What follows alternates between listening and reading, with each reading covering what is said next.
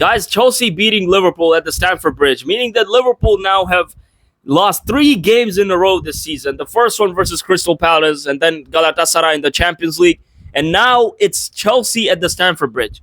So this is shocking news from Liverpool, guys. But of course, then Real Madrid, who won 3-1 versus Villareal. But we're going to talk about that later in the video. But let's start out with Chelsea versus Liverpool first. But before that, if you haven't subscribed to my channel, please subscribe to my channel, like this video. Now let's get started. Now, guys, Chelsea versus Liverpool. Now, this game, before I talk about this game, let's just talk about Liverpool a little bit. Okay, Liverpool, they started the season very well.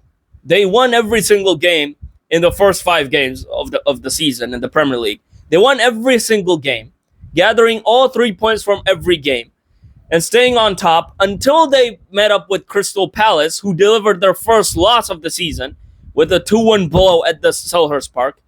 And then yesterday, of course, Chelsea. And before that, even Galatasaray in the Champions League. But yesterday, Chelsea, 2-1 versus Liverpool at the Stamford Bridge. So they started the season very well, but now they're starting to decline.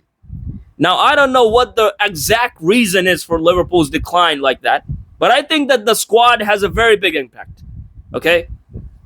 The squad has very much, new players. Like, for example, Florian Wirtz, Milos Kerkez, Mamardashvili, who was not the starting goalkeeper for Liverpool. He was already there, but he wasn't starting for Liverpool like that.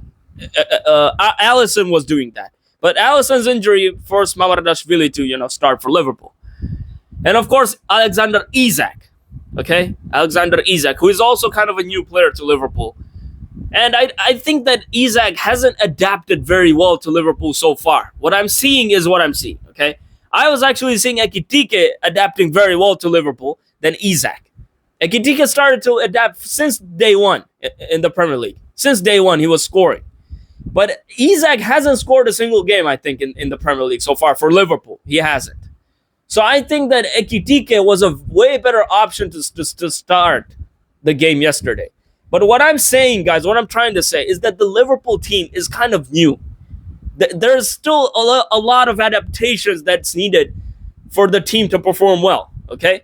And that, of course, we can expect for maybe some... It needs time. That's what I'm trying to say. So it's not that it's a bad team. It's a new team, okay? It's a new team. They need to adapt, and they're going to do that.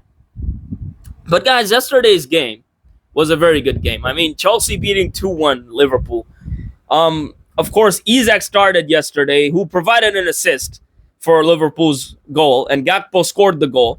And of course, Mamardashvili, as I said, he also started the game for Liverpool. But for Chelsea, of course, Joao Pedro, Pedro Neto, Garnacho, Gusto, Reece James, all of them started the game. But guys, you know what? Yesterday, I truly think that Chelsea played way better than Liverpool.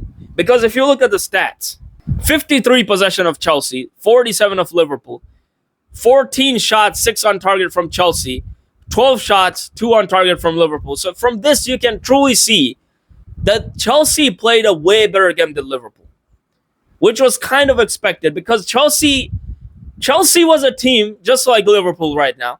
Chelsea was having a lot of new players, and it still has new players in the team. But they're kind of adapting to each other because look at the players like Joao Pedro, Estevao, who scored the winner yesterday.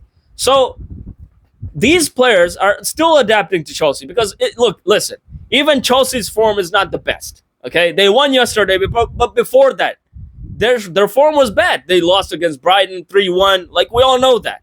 So their form was also bad. But these are big teams when they come up against each other. They play very good. So that's why Chelsea won yesterday. But of course, the events of the game in the 14th minute, what a banger from Caicedo. What a banger.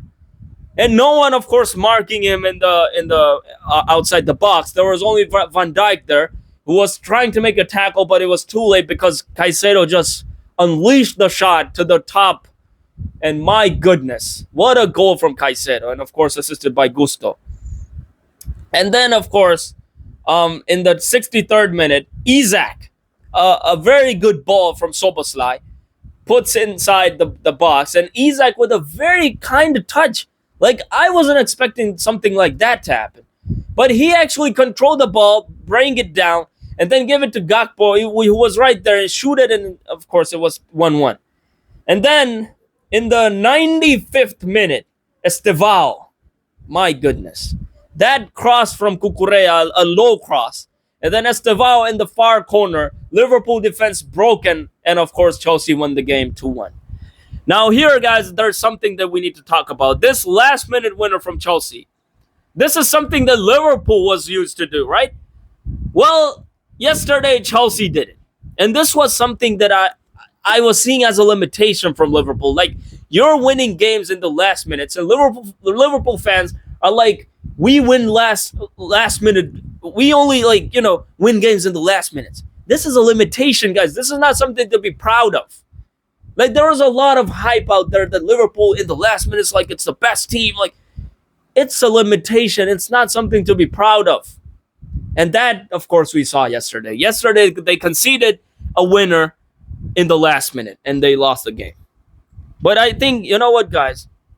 Liverpool could still be a title contender. It's way too early to judge who is going to be the title contender, who's not. Liverpool winning 2 games in a row in the Premier League does not mean that he's out of the title race. He's still in. Arsenal is, of course, on top right now.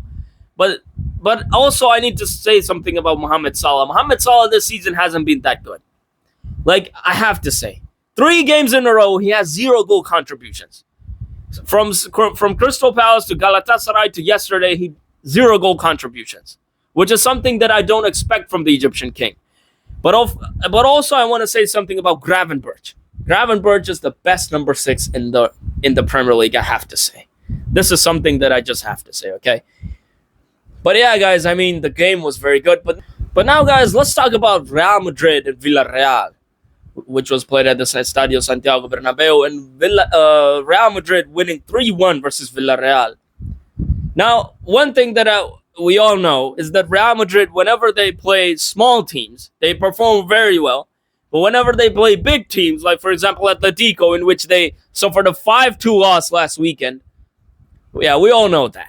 So they underperform versus big teams. But, guys, yesterday's game, Real Madrid keeping a possession of 70 and Villareal of 30. And then, so we can see that Real Madrid had the better possession.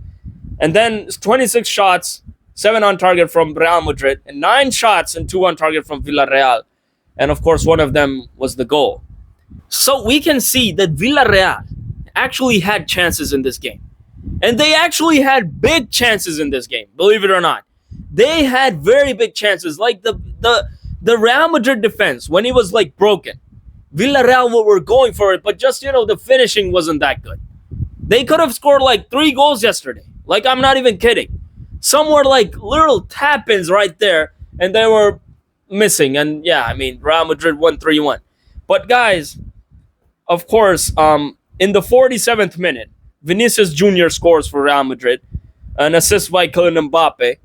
Now, the ball, first of all, came from Federico Valverde, who gave it to Kylian Mbappe, and he headed it towards Vinicius Jr., and which was not offside.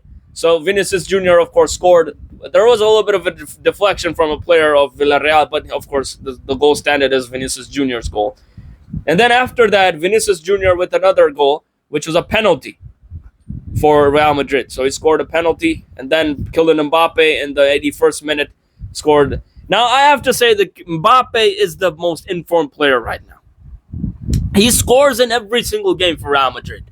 And I think he's the most informed player in Europe, because he scores in every single game. Every single game. He scores, he assists, he's crazy. He's crazy. I am very surprised that Kylian Mbappe, when he arrived there, he had nothing. He was underperforming. He was he wasn't scoring. He wasn't doing it. But then after some time, in the last season, not this season, in the last season, he started to perform like crazy. He scored like 45 plus goals in last season. And this season, he's already the top scorer of La Liga with 9 goals. So, of course, he is going to get the top scorer even this season. I'm pretty sure. The guy is a monster. The Ninja Turtle is actually way faster than we think. But, guys, we need to talk about how Real Madrid is playing these days.